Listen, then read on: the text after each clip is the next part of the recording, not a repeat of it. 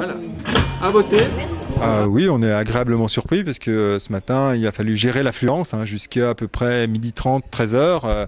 Effectivement, on a plusieurs personnes qui sont parties pour revenir parce que la salle était comble. On avait même effectivement une queue qui arrivait jusque devant l'entrée. Donc voilà, victime de notre succès. On est très satisfait.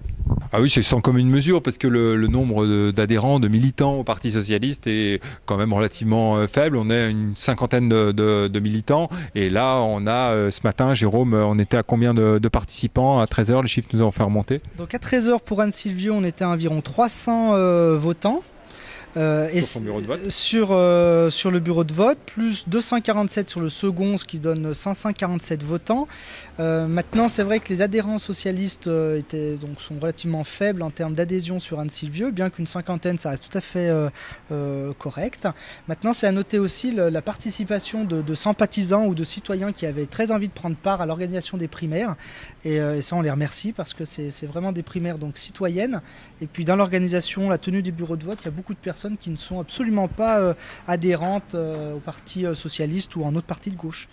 Ah oui, mais ça faut le rappeler, effectivement, c'est extrêmement simple. Il suffit d'avoir 1 euro, sa carte d'électeur, on prend une pièce d'identité également. Donc voilà, on se présente, on a un premier accueil qui permet de demander à la personne sa participation d'1 euro. On vérifie son inscription sur la liste électorale et ensuite c'est une procédure de vote classique, c'est-à-dire qu'on va émarger, on prend les différents bulletins, on va donc dans l'isoloir et ensuite on vote comme vous avez pu le voir tout à l'heure. Alors les premiers résultats sont entendus dans la soirée, sur le coup des 23h. Donc nous, de notre côté, on va voir si on a de nouveau cette affluence qu'on a eue ce matin, cet après-midi. En tout cas, la clôture est à 19h, Jérôme. Donc voilà, le dépouillement, je sais pas, disons peut-être... La fermeture du bureau est prévue pour 19h, en sachant que bien entendu, si l'affluence est la même que ce matin, toute personne qui est dans le bureau à la fermeture de porte aura le droit de voter. Donc donner réellement le moment du dépouillement, il faudra bien entendu laisser la possibilité à toutes les personnes qui se sont déplacées et présentes dans la salle à 19h de pouvoir voter. Donc une fois que ces personnes auront voté, on pourra commencer donc le dépouillement, en sachant aussi que le dépouillement est bien sûr, comme dans les élections républicaines, ouverte à tout le monde, à tout citoyen.